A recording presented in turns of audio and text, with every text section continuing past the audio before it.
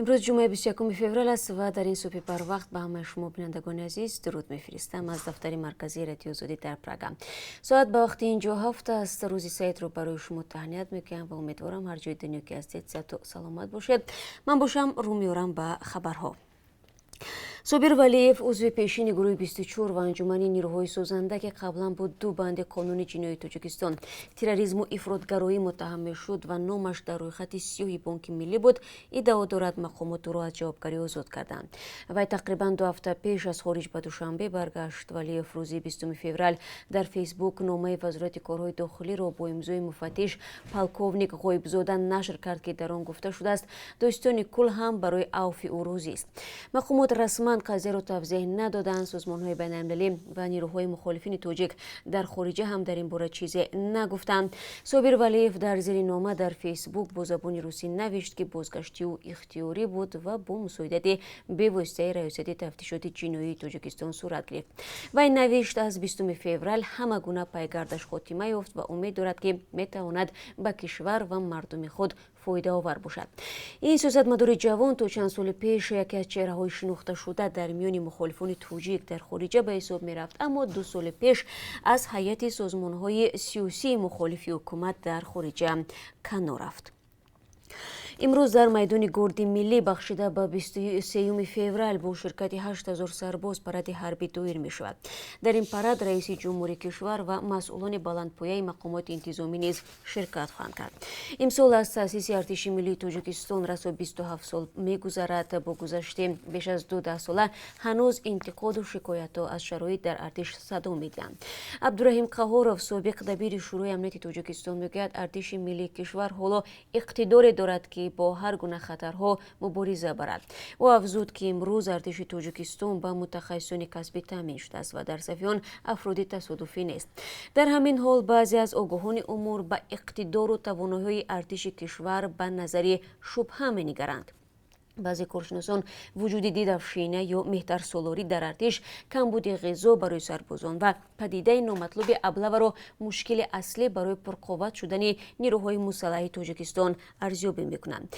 تاجیکستان به فرق از همسایه کشورهایش که پس از پاشخوری اتحادیه شوروی همه اسلحه و مهمات در قلمروشان قرار داشته را به میراث گرفتند، چیزی نگرفت.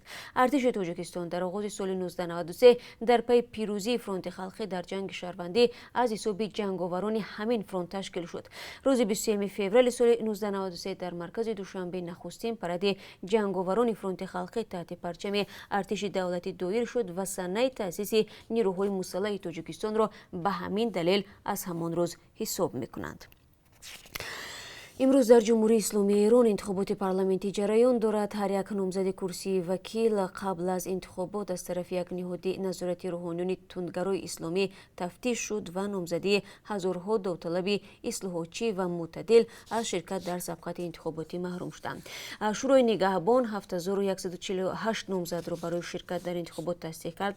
نامزدی 9000 ایرانی دیگر که برای 290 کرسی پارلمان تلاش داشتند رد شدند. از جمله نامزدی 90 وکیلی که فعلا در پارلمان حضور دارند برای سبقت انتخاباتی از طرف شورای نگهبان پذیرفته نشد. اکثر رد شدگان همچون سیاستمدار معتدل و اصلاحات‌خواه شناخته می‌شوند.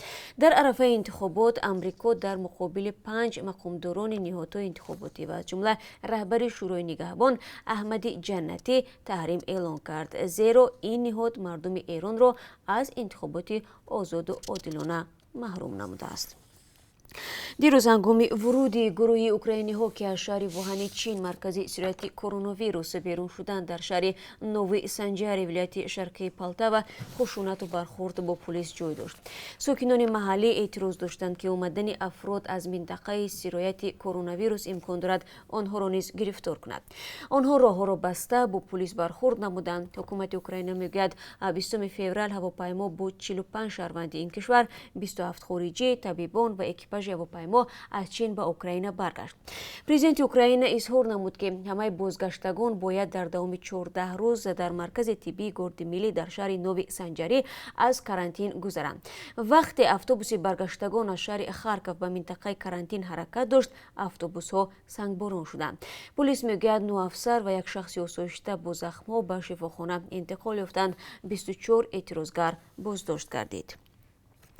Радиои Аврупои озод Радиои озодии мақомоти Қазоқистонро барои надодани иҷозатномаи кор ба 2 хабарнигори ин радио дар Қазоқистон танқид ва ин иқдоми мақомоти Қазоқистонро талоши дахолат ба фаъолияти радио номид. Мақомоти Қазоқистон ба Санат Урналиев ва Мария Мельникова иҷозаи кор надоданд. Ҷейми Флай, президенти Радиои озодӣ, дар номаи рӯзи 19 феврал ба унвони вазири корҳои хориҷии Қазоқистон Мухтор Тлеубердӣ тасмими надодани иҷозаи корро худсарона ва охирин нишонаи амалҳои ғайриқонунӣ нисбати рӯзноманигорон унвон кард. Ҷейми Флай гуфт, мақомоти Қазоқистон мисли мақомоти Тоҷикистон намехоҳанд ба хабарнигорон иҷозаи кор бидиҳанд ва мақомоти ин ду кишвар аз аккредитатсия ҳамчун абзори назорати фаъолияти радио истифода мекунанд. Айни ҳол 7 хабарнигори бахши тоҷикии Радиои озодӣ низ дар интизори дарёфти иҷозатномаи кор ҳастанд. мақомоти интизомӣ дар яке аз дуконҳои бозори Душанбе садҳо силоҳи сардро ошкор кардааст. Раёсати вазорати корҳои дохилии Душанбе мегӯяд, кормандони полис дар доираи як амалиёти махсус дар бозори Корвон плюс дуконеро ошкор намуданд, ки дар он 1650 адад силоҳи сард ба мисли финкаву электрошокер, чӯбдаст, дубинкаҳои оҳанин, кортҳои каҷурос ва амсоли ин ашёҳо ба фурӯш гузошта шуда буд. Молики ин дукон сокини 42-солаи пойтахт Зафар Чилаев будааст. Ба қавли манба, Чилаев гуфтааст, ба хотири ба даст овардани маблағу даромад ба фурӯши ғайриқонунии силоҳҳои сард машғул шудааст. Додгоҳ Зафар Чилаевро ба маблағи 1276 сомонӣ ҷарима баст, ашёи мусодирашударо нобуд карданд. Раёсати вазорати корҳои дохилӣ мегӯяд, ки милитсияи пойтахт ҷиҳати мубориза бар зидди амалу кирдорҳои ҷиноятӣ, ки бо истифода аз силоҳи сард содир мешаванд, то пурра аз байн бурдани он муборизаи беамон мебаранд. ва бинандагони азиз, чун ҳамеша дар поёни суҳбат барои шумо аз қурби асъори хориҷӣ барои имрӯз маълумот медиҳам, ки аз тарафи Бонки Миллӣ ин гуна муайян шудааст. $1 9 сомониву 69 дирам аст, 1 евро 10 сомониву 45 дирам арзиш дорад. Барои имрӯз қурби рубли русӣ, яъне 1000 рубли русӣ 151 сомониву 50 дирам таъин гардидааст. Ташаккур мегӯям аз якояки шумо, ки бинандагони азиз дар ин суҳби барвақт моро ҳамроҳӣ кардед. Дар давоми рӯз ман ва ҳамкоронам боз бо хабарои тоза шуморо мунтазир хоҳем буд. рӯзи ҷумъа барои шумо муборак бошад ва ташаккур.